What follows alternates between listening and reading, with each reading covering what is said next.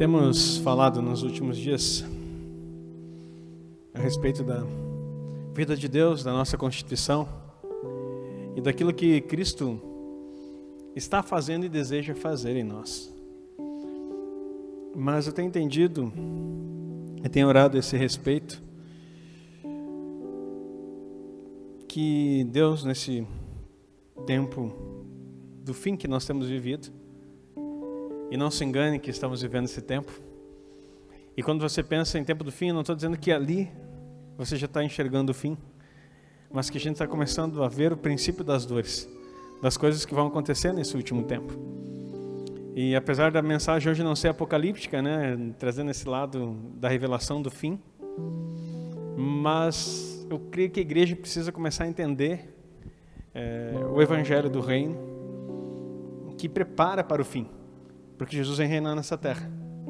E para que ele venha reinar nessa terra, ele precisa encontrar pessoas que entendam isso. Não estou dizendo que ele não virá se você não entender. Ele vai vir de qualquer forma. Mas quando nós adiantamos o nosso entendimento e pregamos esse evangelho, nós estamos apressando a vinda do Senhor. E nós, como diz o apóstolo Paulo, que amamos a vinda do Senhor Jesus, teremos inclusive galardão para isso, aqueles que amam a vinda do Senhor Jesus. Eu tenho estudado muito nesses últimos dias coisas diferentes que eu nem imaginava que eu ia pegar para estudar, né? Além daquilo que é a palavra de Deus e da vida de Cristo que está em nós, para a gente compartilhar com vocês a respeito da vida de Deus. Os meus olhos têm passado por literaturas e por entendimentos bíblicos que eu não imaginava. E é necessário que nós venhamos a conhecer coisas mais profundas que até então nos eram tidas como lendas e como mistérios. Então, você sabe que nós temos falado ali, e tem uma turma estudando comigo sobre os mistérios das eras passadas, e hoje eu não quero fazer propaganda de curso nenhum, apesar de que eu acho que isso aí devia ser feito o tempo inteiro, pela importância.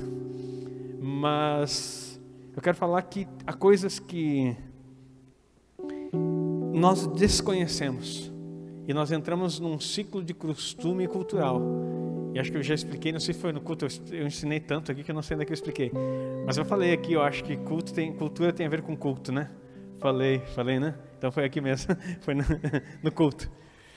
E esse sistema de culto tem nos acostumado a viver preparados para esse tempo apenas, para viver nesse mundo. E não sei se você tem essa sensação, às vezes eu me pego até pensando, de que a gente vive uma vida como se não fôssemos morrer. Não sei se você já teve essa sensação. A gente vive uma vida como se não fosse acabar. A gente vê os outros morrendo ao nosso lugar, no nosso redor, perdão, não no nosso lugar. Nosso lugar só um, nem no nosso lugar foi, né? Na verdade ele morreu porque nós não poderíamos morrer. Mas a gente vê pessoas morrendo ao nosso redor, é a expressão correta. E a gente lamenta, a gente chora, a gente sofre, mas não percebe que nós estamos indo para o mesmo caminho. Alguns mais cedo, outros vai demorar um pouco mais, outros já estão na iminência disso, e a gente começa a pesar a nossa vida sem a compreensão do que nós estamos fazendo. Que esse tempo que nós temos não é um tempo apenas para nos agradar aos nossos desejos e às nossas vontades, mas é um tempo para entender e buscar a vontade de Deus. Então, não sei se você tem acompanhado a mentalidade da igreja e aquilo que nós temos pregado. Nós temos conduzido você desde um deserto de conhecimento até a vida de Deus, que prepara para o reino e do reino para a eternidade. Só que nós dispersamos muito rápido. A gente pensa que o pastor fala coisas desconexas, né? O que o pastor está falando? O que o pastor está dizendo agora? O que está inventando? Mais um curso, mais um negócio, mais uma palavra aqui, e nós não conseguimos encaixar a sequência. E eu quero dizer para você, todos aqueles que estão encaixando a sequência do que eu venho falando, nos últimos 2 anos, vão ter mudanças radicais e profundas nas suas vidas. E se você não encaixou, trate de encaixar. Porque a igreja, ela tem um papel fundamental como corpo de Cristo. E aquilo que vem da cabeça, que é Cristo, tem que espalhar por todo o corpo. E nós precisamos entender algumas coisas. Só que, às vezes nós gostamos de tudo aquilo que é palpável, daquilo que é medido, daquilo que é sensorial, daquilo que nós podemos tocar, naquilo que vem externamente. E nós pouco nos aprofundamos nas coisas que movem internamente.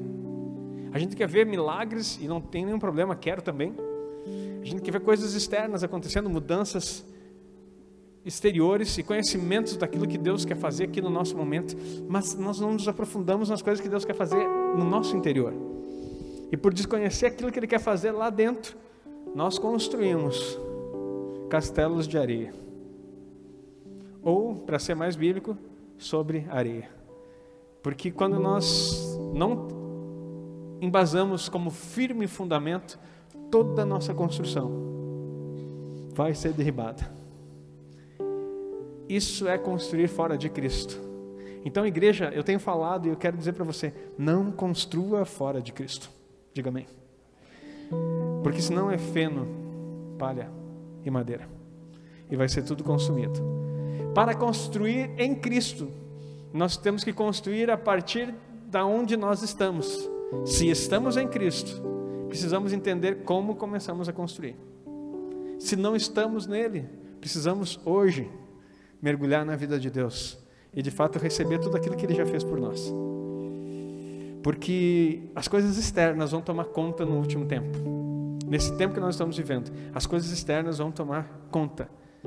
E assim, quem está estudando comigo lá, e não te preocupe, que isso aqui não é uma chamada para estudar comigo, mas você que está lá estudando comigo, você vai ser transicionado na tua mentalidade, e você vai transbordar isso na vida das outras pessoas. Diga amém. Porque é necessário que a igreja acorde para o sistema onde ela está inserida. Ela está inserida num sistema que caminha para o fim. Uma agenda extremamente organizada, satânica e totalmente espiritual. Que se você não percebe, você está sendo um arranjo para, escute isso, um arranjo para cumprir a finalidade de Satanás nessa terra. Diz, como assim, pastor? Mesmo dentro da igreja, inclusive dentro da igreja.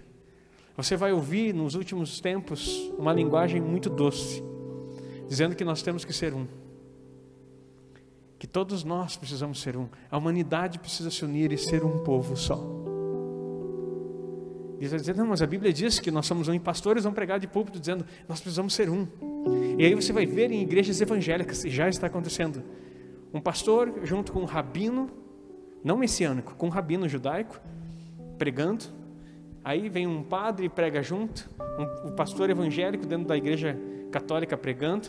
E você vai dizer assim, pastor, o senhor é contra a unidade das igrejas? Sou, nesse sentido sim. Porque isso é um arranjo do tempo do fim, da única religião, da unidade que precisa ter. Porque agora, pasme, nós brigamos e não compreendemos a unidade da igreja que precisa existir como corpo. E nos perdemos em nós mesmos, querendo fazer as nossas vontades. Mas preste atenção, inclusive Satanás, para agir, precisa de unidade. E ele vai buscar a unidade do mundo no propósito dele. Você vai dizer, como assim, pastor? Que bobagem é essa? É só você voltar para Babel e lembrar que Deus olha lá de cima disso, o povo é um só. Desçamos e confundimos as línguas para que eles parem a obra que estão fazendo, porque senão ninguém poderá nos deter. Babel, linguagem da unidade no propósito errado. E aí, em Apocalipse, revelação do fim, o Cristo glorificado que vem, tem uma frase que diz assim, sai dela, povo meu, se referindo a quem? Babilônia. Isso quer dizer que no tempo do fim, o mesmo sistema vai ser organizado novamente, para que a unidade de todas as coisas, e é comum ver, eu vou dizer uma coisa para você aqui forte, hoje à tarde eu conversava sobre isso, e é comum ver crentes se adaptando a isso, e se você faz, não se ofenda comigo, só se liberte, a palavra é para libertação. É comum crentes começando a trabalhar meditação, isso não é de Deus. É comum crentes fazendo acupuntura. Não é de Deus. Ah, mas é só para uma dor de cabeça, ele enfiou umas agulhinhas, pastor, que bênção que foi, porque assim, foi um negocinho assim, pá, movimentou os chakras ali, porque em cada parte, não sei onde, simboliza uma parte do corpo, alinhou tudo, assim, ó, voltei zen. Linguagem que não está na Bíblia, mas o povo está pegando. E aí, meditações, já falei, mas práticas de yoga, ou yoga. E daí tu vai dizer assim, pastor, esse pastor é radical. Isso aqui vai para a internet depois. Vão cair em cima de mim na internet, né? O problema é teu. Você tem uma opção, escutar e parar de assistir agora o que vai ser transmitido, ou continuar ouvindo e ser transformado pela presença viva de Deus, que está preparando um corpo dele, sem ruga, sem mancha, sem mácula. E isso tudo está maculando a igreja. Então, esse sincretismo religioso que entra sorrateiramente nas nossas casas, e nós acabamos achando que é lindo, é bonito, é diferente. Eu quero dizer para você, pode ser tudo isso, mas não é de Deus. Afirmo para você, não é de Deus. Então nós precisamos entender que o sistema todo está trabalhando para uma unidade fora do princípio, e isso vai entrar nas igrejas. Já falei aqui, sou coach, trabalho como coach, e sou coach financeiro e coach em outras áreas também, inclusive na inteligência emocional. Mas você não me vê falando aqui sobre a inteligência emocional, nem sobre programação neurolinguística, o qual sou coach também.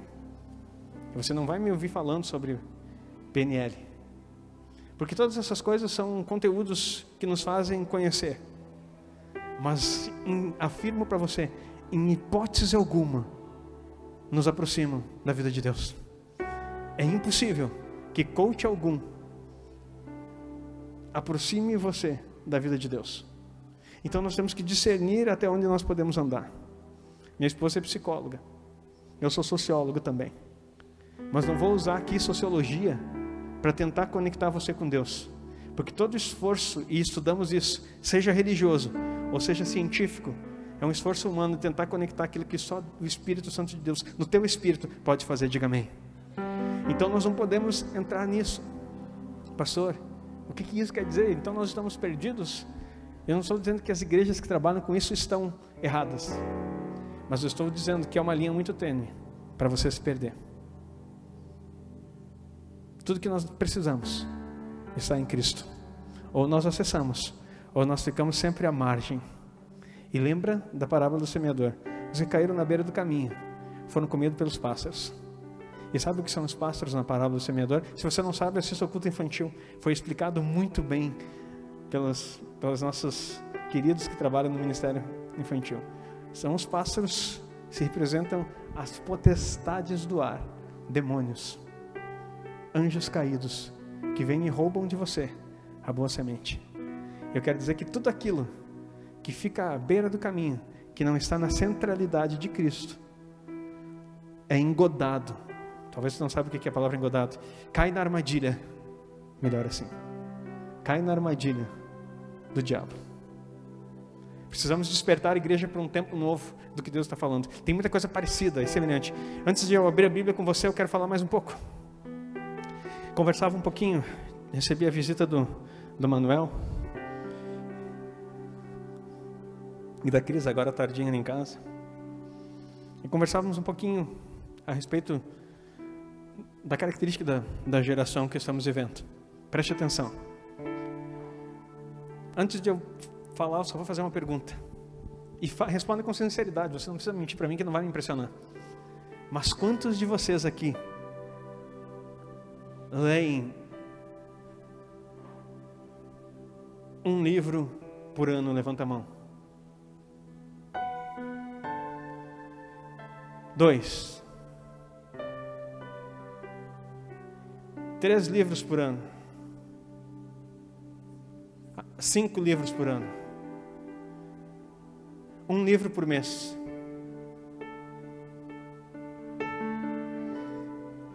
Tá ficando feia a coisa. Só uma levantou a mão aqui e eu sei que lê. Essa que levantou a mão eu sei que lê. Deixa eu arriscar. 2 livros por mês. 1 livro por semana.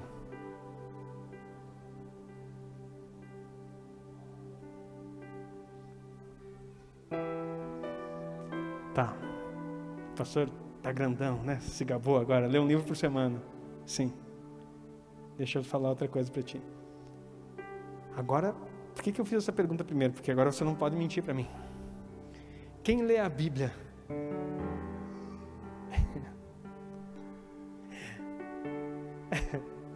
Pegou, né?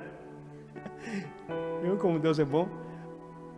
Agora tu vai dizer que vai tentar remendar, dizendo, não, mas a Bíblia é a Bíblia, não é um livro, é uma biblioteca, não é um livro. Se você não lê 1 livro por mês, isso quer dizer que esse livro aqui não é muito aberto na tua casa. E daí vem aquela síntese maravilhosa. Não é o quanto a gente lê, pastor, mas é o quanto nós praticamos. Pega essa nota aí. É o quanto nós praticamos. Então vamos pensar assim. Quantos leem a Bíblia aqui? Sinceramente, todos os dias. Levanta sua mão. Faz 1 ano, mas estou lendo, está valendo, né? Se tu começou ontem, já está valendo também. Todos os dias, eu li ontem e li hoje, pastor. Sabe por que eu estou fazendo essa conversa? Porque pesquisas mostram que a geração do meu filho, que tem 8 anos, e vai ser pior as que estão vindo, eles não sabem mais ler, e eles não vão mais ler. E tu vai dizer, não, mas eles são alfabetizados. Não, eles leem, mas não entendem nada. Eles leem, eles não conseguem fazer síntese do que ele deu. Eles só conseguem entender as coisas no visual e por histórias ouvidas. E a história ouvida, eles não conseguem concentrar. No visual tem que ser algo muito fantástico, cheio de efeitos, cheio de... E aqui. E tudo muito sintetizado. Se você colocar acima de 20 minutos, esquece. A criança não aprende. Tanto que os vídeos mais vistos no YouTube são de 8 a 15. E no marketing digital, se você fizer acima disso, você não vai ter um vídeo que vai viralizar. A não ser que seja bobagem. Aí vai dar certo. Isso quer dizer que a compreensão da geração que está vindo está limitado entre 8 a 15 minutos de muita apresentação tecnológica, de efeitos e tudo mais.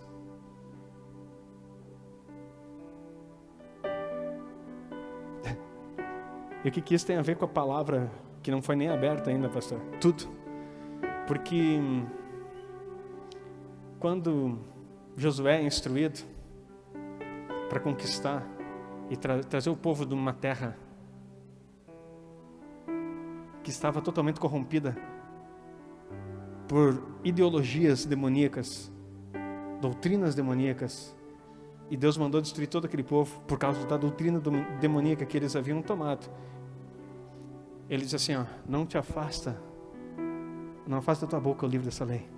Medita nela de dia e de noite. Trate de fazer cumprir todas as coisas. Não te desvie nem para a direita nem para a esquerda. Assim você será bem sucedido em tudo que você fizer. No livro dessa lei. Medita de dia e de noite. Antes disso, Deuteronômio 6 fala, instrui o teu filho. Inculcarás nele. Inculcar, a palavra no original quer dizer, abre o cérebro, abre a cabeça e soca para dentro. Claro que isso não é literal, mas inculcarás. E delas falarás, assentado, ao deitar, ao levantar, andando pelo caminho. Fale sobre as sagradas letras.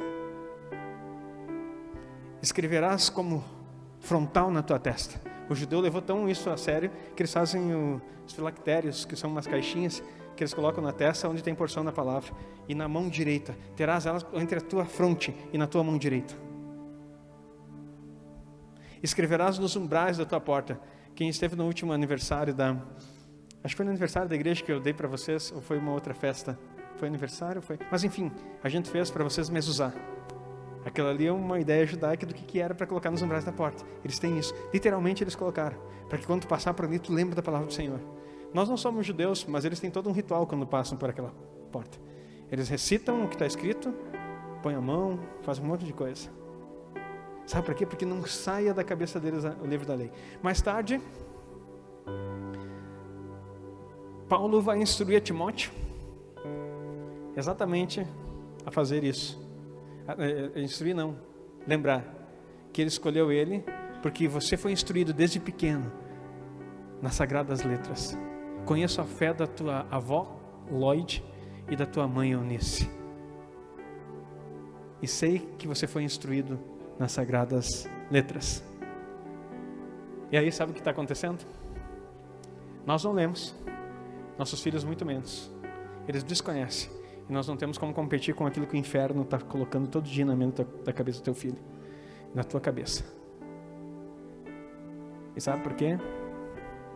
Que as coisas não estão acontecendo no meio da igreja, porque nós desconhecemos os princípios que Deus está para nos dando. Conversava então com o Manuel, assim, nós temos que inventar alguma coisa. Nós temos que inventar alguma coisa. Nós temos que fazer algo significativo. Nós temos o pessoal do culto infantil, queridos. Eu quero dizer uma coisa aqui, ó. Eu não sei se você vai me ter por empolgado, mas está na hora de a gente começar a entender a nossa vocação, aquilo para o que fomos chamados, e viver de tal forma que influenciamos essa geração no tempo que ainda resta. Eu quero dizer para você, eu tenho sonho no meu coração de projetar coisas, programas, seja no rádio, seja na TV. Nós temos que ter uma TV no nome da nossa igreja. O teu amém está meio tímido, porque tu olha para mim e tu vai achar que eu sou louco, né? E como sempre acharam, tem que ter uma TV no nome da igreja, com programação infantil, que tome conta e eu vou dizer mais, e não dependendo do YouTube. Deus vai ter que, cadê o pessoal de inteligência aqui dentro? Você tem que estudar com propósito. Nós temos que montar uma plataforma nossa, que coloque na internet, porque a internet é pública, é um veículo público, mas tem que ter uma plataforma que a igreja coloque a sua TV, porque se nós começarmos a falar o que tem que falar no YouTube, nós vamos ser cortados. Então nós temos que ter uma plataforma nossa, e tem que ter programas voltados para as nossas crianças com efetividade, com palavra. É no rádio, é na TV, é no Spotify, é no YouTube, aquilo que dá para fazer, que não corta. Nós temos que começar a falar sobre a cultura do reino, e isso não é para o tempo do fim. Quando a gente pensa lá, isso é para agora, enquanto há tempo.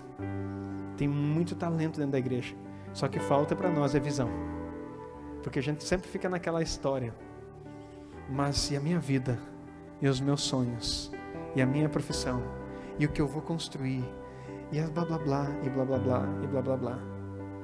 E a gente esquece que Deus só te chamou para um propósito, e se você está aqui dentro, é porque esse propósito é muito bem definido. Não quero ser manipulador, mas quero ser um ativador do fogo de Deus que é dentro de você. Pare de buscar fora o que já está dentro de você. Pare de querer fazer para os outros aquilo que Deus te chamou para fazer para Ele. Pare de querer agradar os outros por causa de dinheiro, e pare de se vender, desculpa a expressão, mas pare de se prostituir, porque tudo que tu usa naquilo que Deus fez para você, para tentar ganhar, para sobrevivência, eu quero dizer para você, o pecado da humanidade não foi porque a serpente enganou. Falamos isso na última aula ali, vou compartilhar com vocês. De qualquer forma, quem estudou ali já sabe, o pecado é pela incredulidade, entrou no homem. Mas sabe a incredulidade do quê? Por duvidar da provisão de Deus. Eu vou repetir. O pecado do homem foi, ele estava no jardim, suprido de tudo, e a serpente engana a mulher dizendo assim, foi assim que Deus disse, não comerás de toda a árvore, enquanto que Deus deu uma ordem, de toda a árvore do jardim você coma. Porque ele disse, a primeira coisa que eu vou fazer para ti, tu fica tranquilo, porque eu tenho um propósito para você cumprir aqui, governar, multiplicar, frutificar sobre a terra. Esse é o meu propósito. Agora, comida, não te preocupe, eu já providenciei para ti tudo que tu precisa. Não se preocupa com roupa, não se preocupa com nada. Aí Jesus vem lá em Mateus 6 e fala a mesma coisa. Ei, por que tu está ansioso pelo que vai comer, pelo que tu vai beber, pelo que tu vai vestir? Tudo isso se preocupa os pagãos.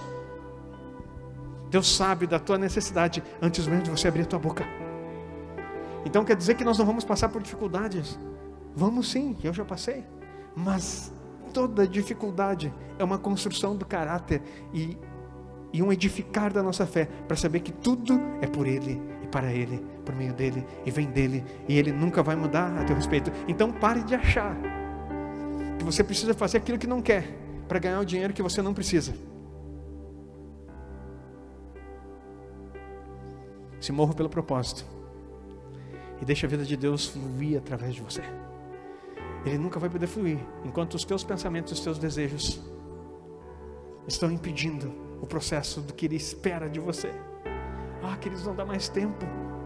A gente fica aqui falando 11 anos e nada acontecer. Não estou falando externamente, porque externamente está legal, mas agora o processo virou. Deus vai começar a mexer aqui no nosso interior, porque Ele já mostrou para o lado de fora, para entender que Ele pode, Ele é Deus. Está vendo? Você está vendo? Pode ou não pode fazer? O Deus que faz na estrutura conhece como você é feito no teu interior. Se Ele faz externamente, o que Ele pode fazer no teu interior, se Ele mostra para ti que Ele consegue fazer e que Ele pode fazer, imagina o que Ele pode fazer no teu interior.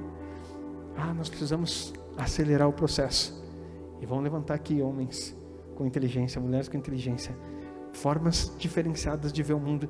Pare de correr atrás só daquilo que é teu, porque quando você se preocupa com aquilo que é de Deus, Ele vem com toda a provisão. Ele vem com toda a provisão.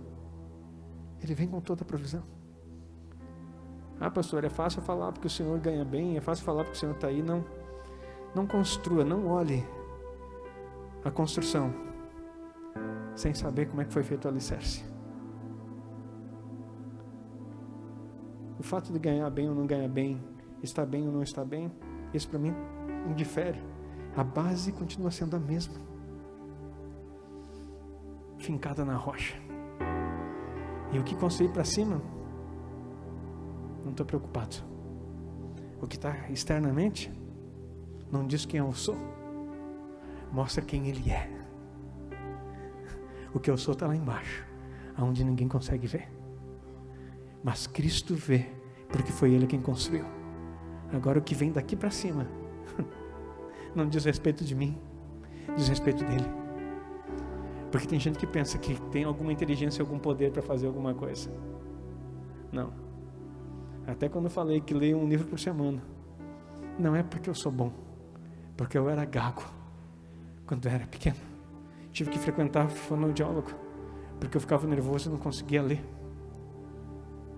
Reprovei em português e sou escritor de livros.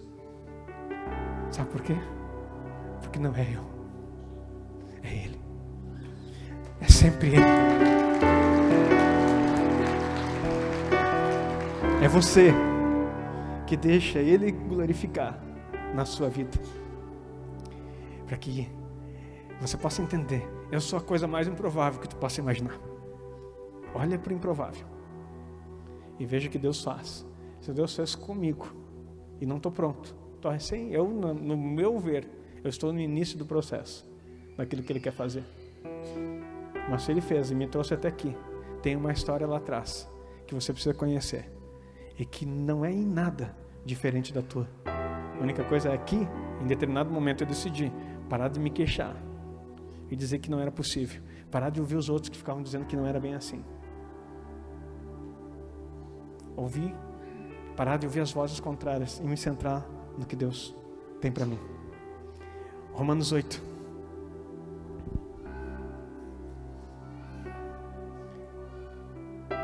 verso 2.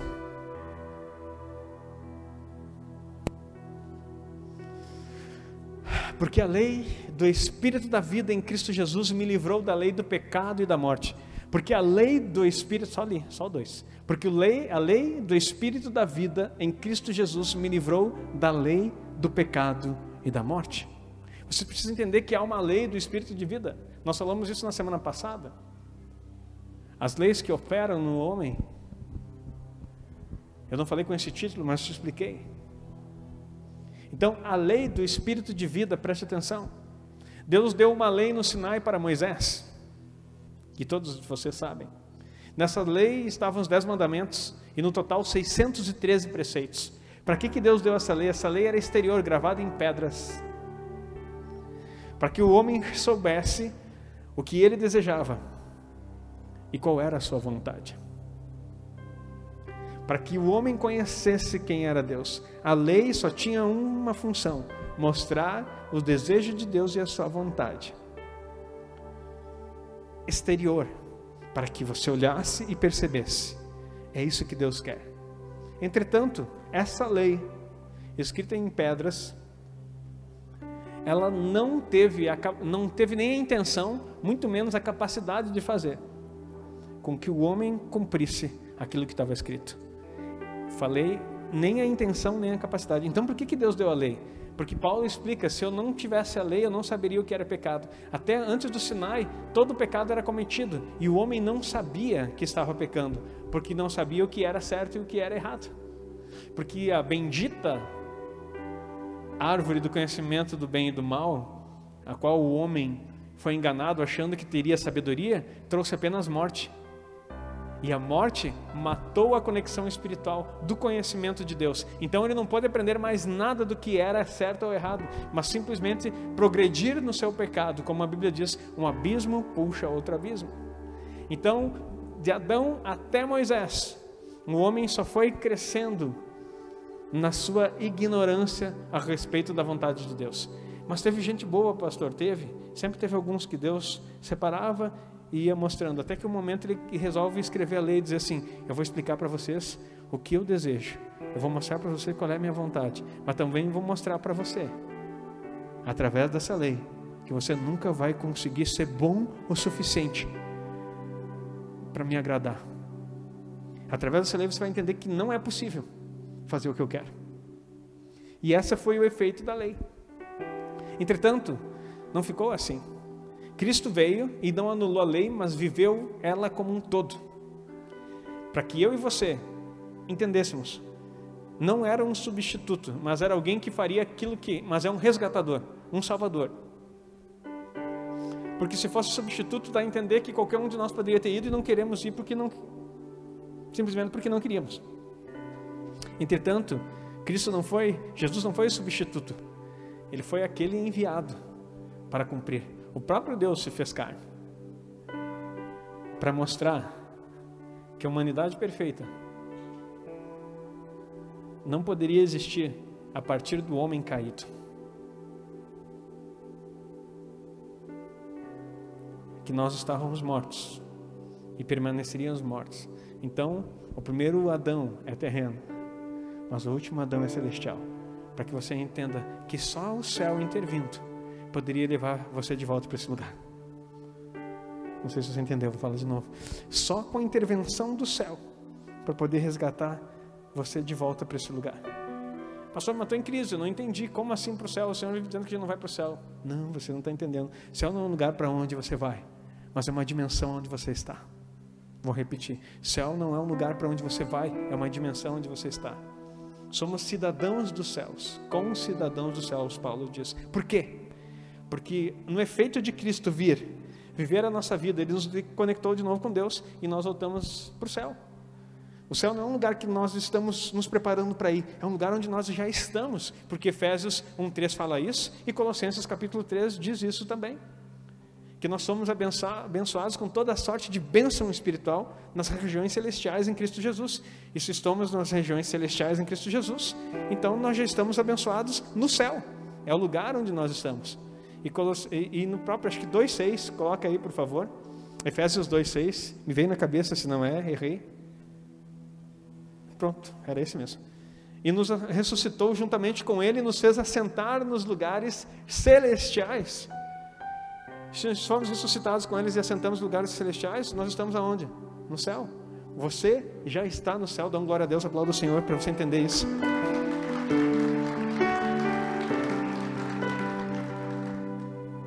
Não te iluda, o que está do teu lado não é anjinho. E você não está sentado em nuvens. Você está na dimensão celestial pela vida de Cristo em você. Você já está lá, Ele já te vê lá. Aí Colossenses 3, pode colocar lá a partir do verso 1. Portanto, se já ressuscitaste com Cristo, buscai as coisas que são de cima, onde Cristo está assentado à destra de Deus. Vai para baixo, mais um. Pensai nas coisas que são de cima. O cima que está falando o quê? Das coisas celestiais, da onde você está. E não nas coisas da terra, o que eu falei em toda a introdução aqui. Porque já estás mortos e a vossa vida está escondida em Cristo. Com Cristo, em Deus. A tua vida está em Cristo. Com Deus. Entendeu? Você já é um cidadão do céu. Você não irá para o céu. Você já está nele ou não. Está entendendo a palavra? Pastor, isso parece meio filosófico. Não, isso é bíblico. Isso é realidade de vida. É o que acontece com você. Então, se você está esperando, a única coisa que você precisa esperar é a manifestação da sua vinda e o reino dele, aonde você vai ser recompensado. Agora, ir para o céu, isso é uma decisão que você faz agora. Você está no céu ou não. Bem simples. Conforme a palavra está nos instruindo. Então, ele já nos vê assentado nesse lugar. Mas o que isso tem a ver com a lei do Espírito de vida? Volta lá para o 8:2. Porque a lei do Espírito de vida me livrou em Cristo da lei do pecado e da morte. Lembra que eu falei de uma lei externa? A lei externa, então, mostrava o pecado e a morte que estava no meu corpo. Então, a lei que veio ser mostrada por Moisés é para dizer assim: perceba que você morreu. Perceba que você está no pecado. Perceba que você precisa de um sacrifício para poder se aproximar de mim. Aí, junto com a lei, veio 613 preceitos para que o homem soubesse como se comportar num rito que Deus mesmo passou para ele, de como ele poderia se aproximar. E todo esse rito não era algo religioso, era algo profético. Isso muda tudo. Religioso é aquilo que você faz no automático, sem saber feito algum. Profético, você começa a entender que você caminhando por ali, você está apontando por algo que Deus vai fazer.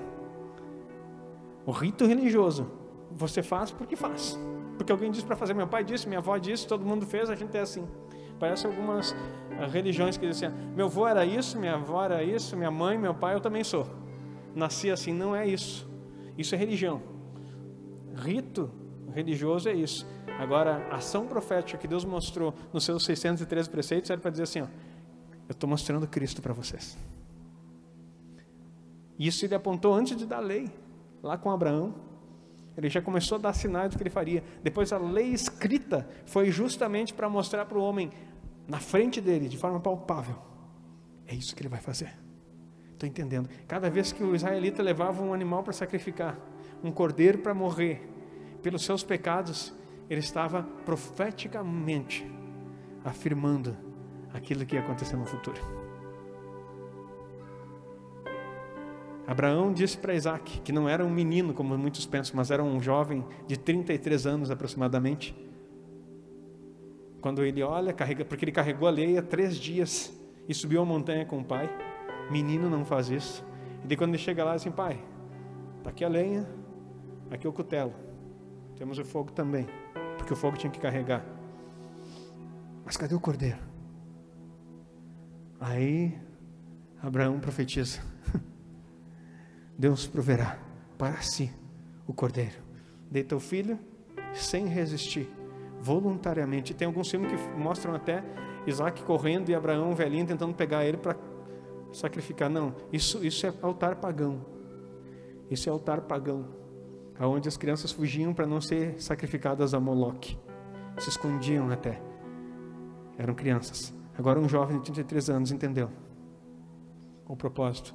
Se deitou voluntariamente, crendo que o Deus que deu a vida para ele, de um pai que era estéril, uma mãe que era estéril, um pai que era avançado de idade, impotente, e uma mãe que era estéril, Deus fez com que a vida dele visse. Ele voluntariamente se entregou.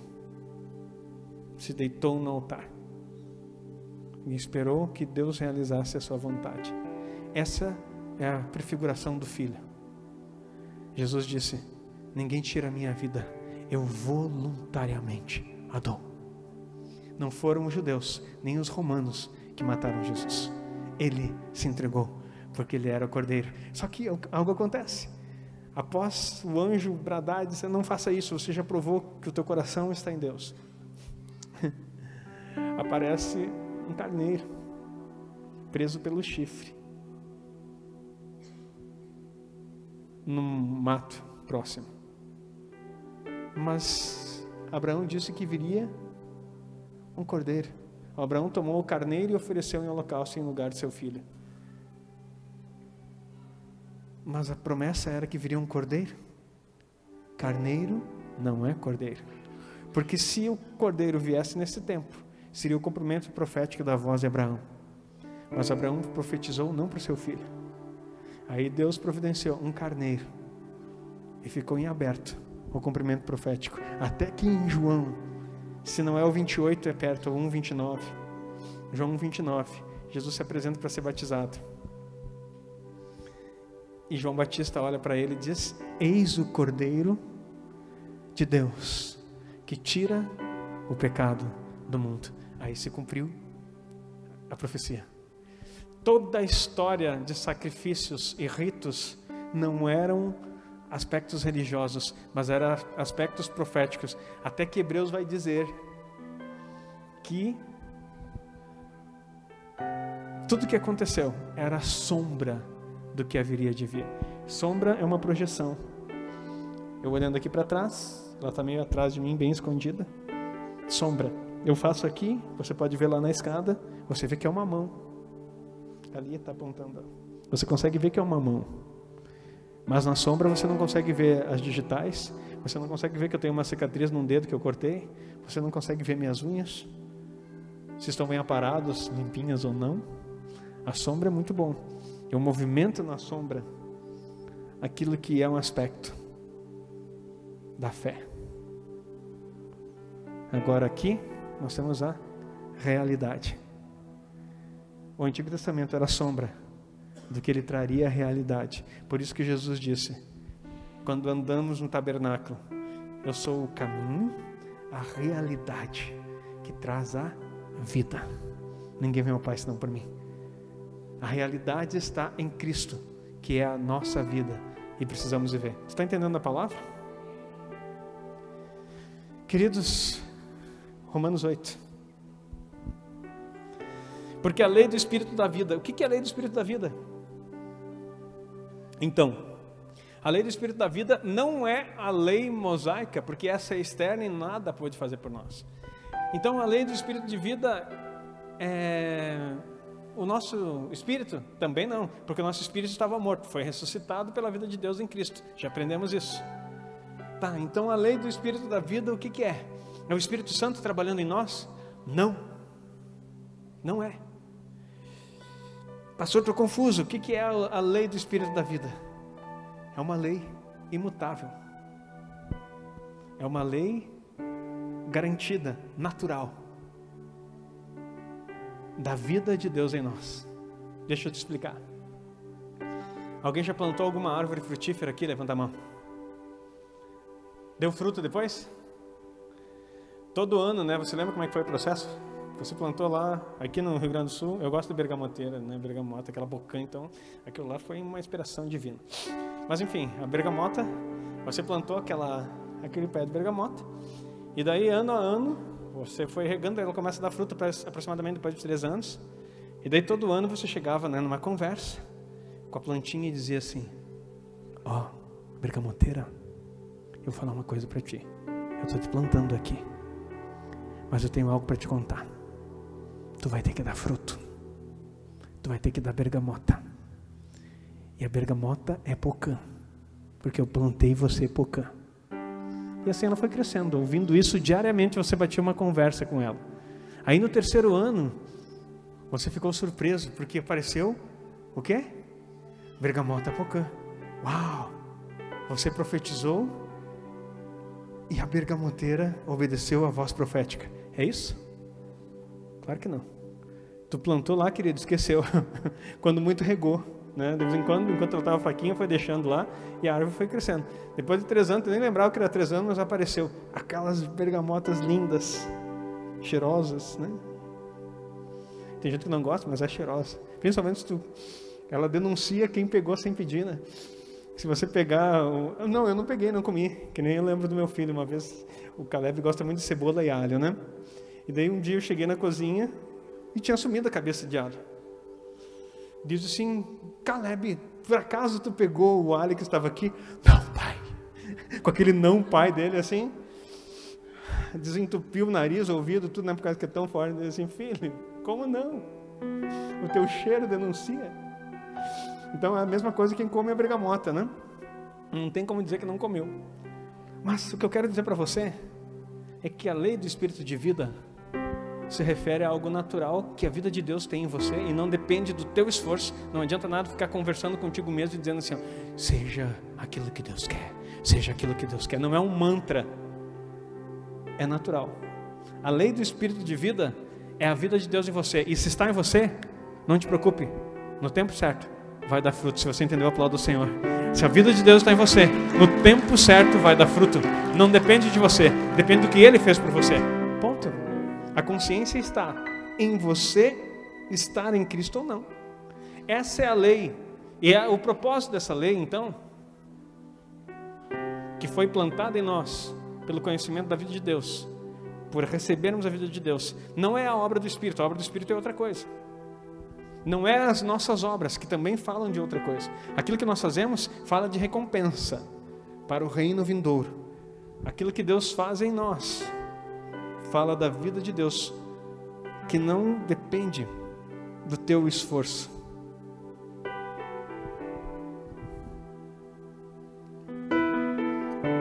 E qual é que é o propósito dessa vida de Deus? Olha que coisa linda isso. Dá uma olhadinha no 29, Romanos 8, 29.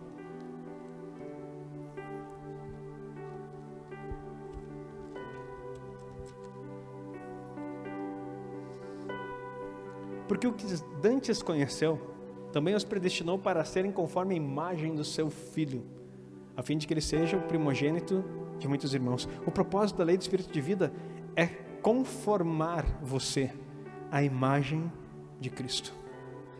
É transformar você na imagem de Cristo. Anota isso. Então, essa é a função. Por que a imagem de Cristo? Porque a imagem de Cristo, ela é a própria imagem de Deus. Colossenses 1,15.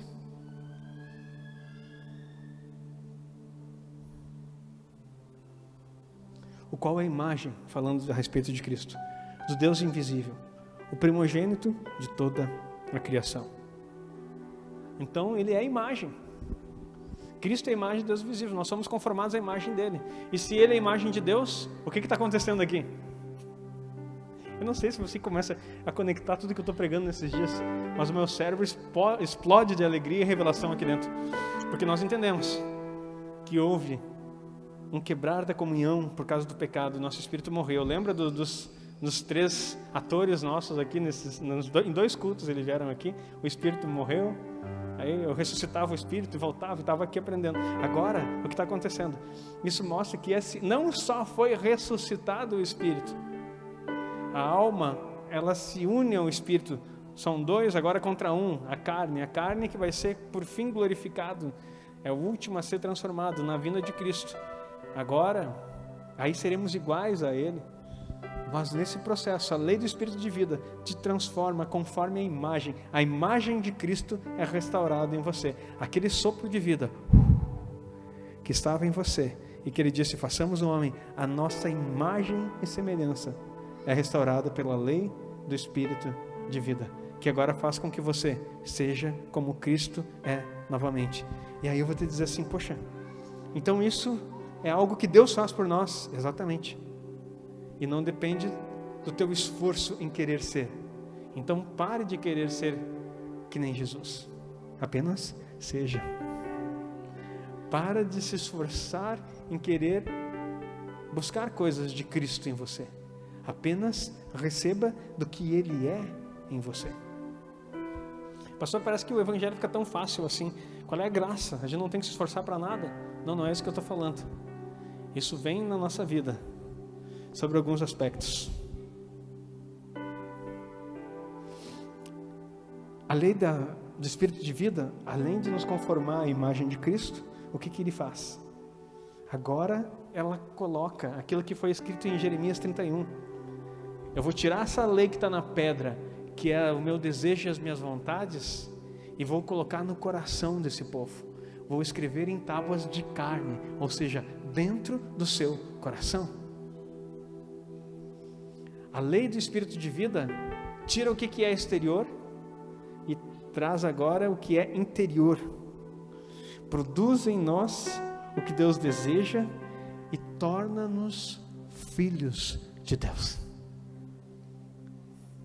Enquanto a lei externa, preste atenção nisso, a lei externa, escrita em pedras, mostrava o senhorio de um Deus poderoso e nos dava temor. A lei, prestou atenção? A lei externa mostrava que havia um Deus poderoso e nos trazia temor. E no temor, há condenação, há medo. Não que Deus mudou, mas a lei dele mostrava aquilo que eu não podia fazer. Isso me traz o quê? Medo, temor e incapacidade de agradá-lo. Aí eu olhava para Deus diferente. E agora? O que eu posso fazer? E dele sangue de cordeiro, sangue de cabrito, sangue de boi, sangue de tudo que é bicho, para tentar aplacar a ira de Deus sobre os filhos da desobediência. Como Paulo diz, em quais todos vocês andavam antes que Cristo estivesse em você. Então nós éramos filhos da ira, não por nossa própria vontade, mas por causa daquele que nos sujeitou, por causa da lei do pecado e da morte. Agora a lei do Espírito de vida, lembra que a gente falou semana passada?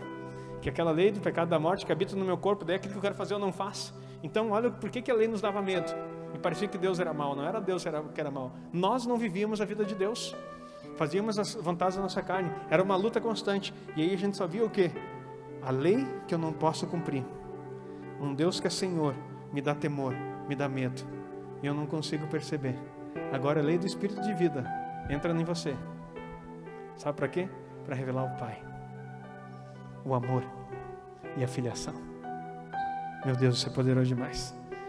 A lei exterior mostrava o Deus soberano que quer ser teu Deus, o temor que você deve ter a Ele, o temor que até traz o ponto do medo e a tua incapacidade de agradar. O quão distante você estava. A lei interior do Espírito da vida mostra que Ele é teu Pai, que Ele é amor e que você é filha. E o que acontece a partir de então? Você começa a produzir isso no seu interior, como aquela árvore. Por isso que o fruto do Espírito não é algo que você busca alcançar, é algo que você tem ou não tem. As obras da carne é o que você pratica na vida sem Deus. O fruto do Espírito é aquela árvore plantada que eu acabei de explicar, e é o fruto do Espírito. A bergamota cabe de novo no exemplo, porque ela tem vários gomos, e aquela que nos é apresentada em Efésios 5 tem 9 gomos: amor, paz, longanimidade, bondade, mansidão, domínio próprio, temperança, e assim vai indo. Não vou lembrar de todos agora. Contra essas coisas, vamos lá para Efésios 5, se não me engano é 22, 23? 22, aí, 22, está certo. Mas o fruto do Espírito é amor. Espera aí, fruto do Espírito, acabei de explicar a lei. Primeira coisa que ele mostra: Pai, amor e filiação. Amor, gozo, que quer dizer alegria, paz, longanimidade, benignidade, bondade, fé, mansidão, temperança. Contra essas coisas não há lei. Ou você está muito chocado com a palavra, ou você não entendeu muita coisa que eu falei. Eu estou aqui transbordando de revelação, de mostrar o que a vida de Deus faz em você, e você está me olhando assim. Você entendeu o que eu falei? Essa é a lei do Espírito de vida que habita em você através de Cristo na sua vida. Então, para de tentar ser algo que, se você está em Cristo, você já é. Pastor, mas então quer dizer que está tudo resolvido? Sim. Tá, e o nosso comportamento? Nosso comportamento é diferente. O comportamento agora é para você. Preste atenção. O teu comportamento beneficia você, não tem nada a ver com os outros. O problema é que, às vezes, dentro da igreja, nós queremos cuidar da vida dos outros e não estamos nem aí para nós. Ah, o irmão faz isso, o irmão faz aquilo. Deixa o irmão, querido. É ele e Deus. Ele é salvo? Sim. Ele criou no Senhor Jesus? Sim. Deixa estar. Tem uma árvore plantada nele. Se ele vai dar fruto ou não, isso não é problema teu, não foi tu que plantou a árvore. Foi você que plantou? Foi você que morreu por alguém? É você que justifica alguém? Então por que você está preocupado com a vida alheia? Para de julgar a vida dos outros, vai cuidar da tua vida. Porque mania que a gente tem de cuidar da vida dos outros. Cuida da tua própria vida. Ponto. Tem uma árvore plantada dentro de você, que se você começar a cuidar da árvore alheia, pode ser que ela morra. E daí tu vai querer comer dos frutos dos outros, que é um grande defeito que as pessoas que estão na igreja, mas não estão em Cristo, fazem. Elas não cuidam das suas árvores, não produzem o fruto, depois querem se alimentar da colheita alheia. E além de tudo, ficam julgando a vida dos outros. Esquece. Tem uma árvore plantada aí que ela vai frutificar. Está entendendo a palavra? Tá, mas e o meu comportamento? O comportamento só beneficia você. Lembra que eu comecei falando da construção? Conforme que tu está construindo. E olhe bem como cada um edifica. Porque você pode não ser recompensado. Agora a tua construção fala das tuas obras. Para você reinar com Cristo ou não. Para você ganhar galardão ou não. Então não confunda as etapas da vida cristã. Isso é muito poderoso. Se você não confundir. Mas pastor, então quer dizer que essa lei, ela está tranquila assim? Dessa forma? Não tem mais nenhum perigo? Olha, a árvore está plantada. Preste atenção nisso. E eu estou finalizando aqui. Preste atenção nisso. A árvore está plantada, não está? No jardim do Éden haviam 2 árvores plantadas. Uma no centro do jardim e outra próxima dela. Qual era a árvore que o homem deveria andar para ter vida? Ao redor da árvore da vida. Já dei o exemplo de não cuidar da vida alheia. Mas não fique rodeando árvores que são proibidas para você. O detalhe é que quando teu olho sai da centralidade que é Cristo, porque a árvore da vida fala do próprio Cristo, faz com que você olhe para árvores que não têm frutos para você. Está entendendo a palavra? Então, se essa árvore estava plantada, a palavra no grego, que quer dizer andar no Espírito, dentro do que a Bíblia diz. E no texto de Gálatas 5, coloca lá Gálatas 5.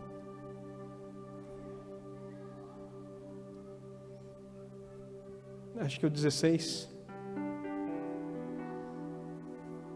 Digo, porém, andai no Espírito, andai em Espírito, e não cumprireis as concupiscências da carne. Esse andar é exatamente isso. Deixa o versículo ali, por favor. Fique ao redor, ao derredor daquilo que é espiritual. E você não vai olhar para aquilo que é carnal. Tem uma árvore plantada em você, não tem? Amém. Por que tu tem que ficar ao redor? Porque essa árvore é a árvore da vida. O que a árvore da vida produz para você? Fruto.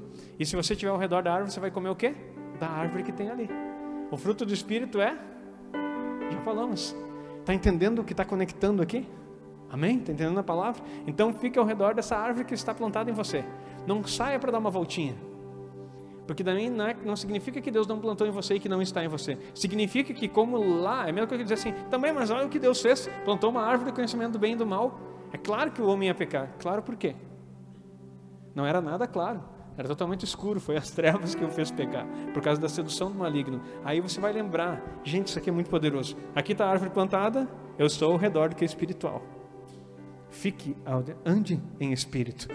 Fique ao redor do que é espiritual. Se alimente daquilo que é espiritual. Porque se você sair daqui, a palavra fala que o diabo, o vosso adversário, anda ao derredor, buscando quem possa tragar. Se tu saiu do redor do que é espiritual, você começa a ser rodeado pelo que é maligno. Meu Deus, entendeu isso? Sai do redor. Andar em espírito. Andar em espírito não é que você vai ser um ser espiritual, um semi-anjo aqui. Não. É você estar conectado. Eu estou ao redor daquilo que eu preciso. O que eu preciso está aqui, na centralidade de Cristo. O que eu preciso está aqui. Eu me movo ao redor disso. Eu me alimento disso. Eu sei o que Ele quer. A vontade dEle, o fruto dEle está estabelecido em mim. Porque eu me alimento daqui. Eu não saio daqui. A partir do momento, mas nada a ver, pastor. A gente pode fazer o que quiser. A gente pode sair para qualquer lugar. Sim, saiu do que é ao redor do que é espiritual. O que acontece? Você começa a ser tentado pelo diabo, que busca quem possa tragar. E quanto mais distante você ficar, mais presa fácil você se torna. Meu Deus. Então, tem alguns requisitos nesse andar ao derredor. Olha o que acontece quando você anda ao derredor. Você vai andar segundo o que o Espírito quer, vai ocupar-se das coisas do Espírito. Tudo para ti é espiritual. Não aquele fanático que tudo é espiritual, mas eu digo assim, tudo para ti tem um contexto espiritual. Você consegue perceber, porque o teu espírito está ressuscitado. Lembra o que tem lá no teu espírito? Intuição. Você percebe o mundo espiritual. Está vendo? Você começa a ver que tudo tem um sentido espiritual. E você começa a ter a mente do Espírito. E aí, a partir disso, você começa a mortificar as obras da carne. Porque o que é da carne é fora da centralidade do que é espiritual. Você não sai de lá. E se você começa a só andar aqui, sem alimentar o que é carnal, o que acontece? A carnalidade morre de fome. Morre. Não se trata de que Deus não fez. Se trata de que você ou está andando nele, ou você está fora dessa rota. Eu quero dizer para você, igreja, nessa noite, se tem coisa acontecendo que estão te atormentando, te tirando do propósito, fazendo você não compreender, não significa que você não está com a vida de Deus em você. Significa que os seus olhos estão começando a virar para a árvore do conhecimento do bem e do mal. Você está sendo seduzido pelos teus sentidos. E logo, logo você vai cair nas mentiras do qual o pai é o diabo. E você vai ser derrubado. E aí tem mais coisas. Você vai ser guiado por esse Espírito, não, já falei. Você vai começar a clamar. Você vai ser guiado pelo Espírito, não tinha falado ainda. E o Espírito de Deus vai mostrar que você é filho. Tudo isso está em Romanos. O Espírito de Deus começa a mostrar que você é filho.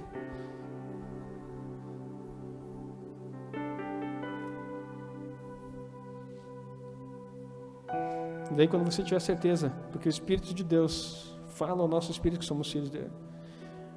Aí a sétima coisa. Nós vamos clamar pelo Abba Pai.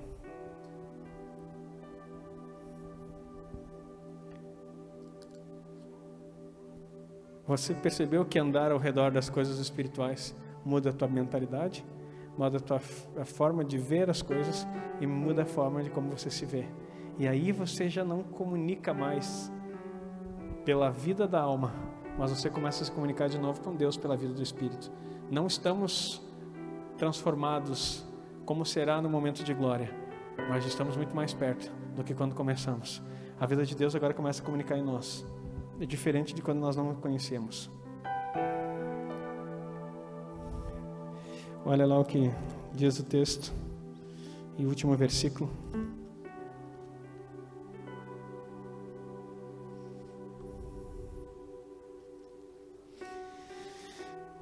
Romanos 8, 23. falando a respeito da criação, e não somente ela, mas nós também que temos as primícias do Espírito, igualmente gememos em nosso íntimo, aguardando ardentemente a filiação, a redenção do nosso corpo.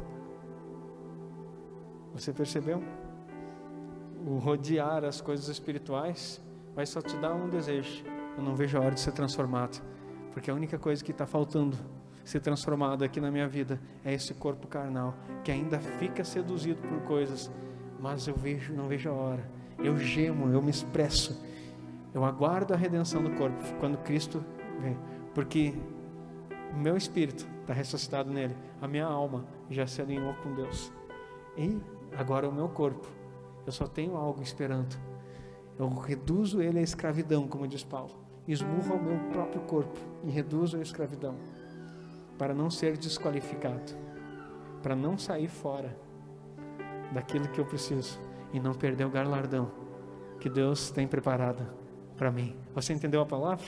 Se coloque em pé, eu quero orar por você.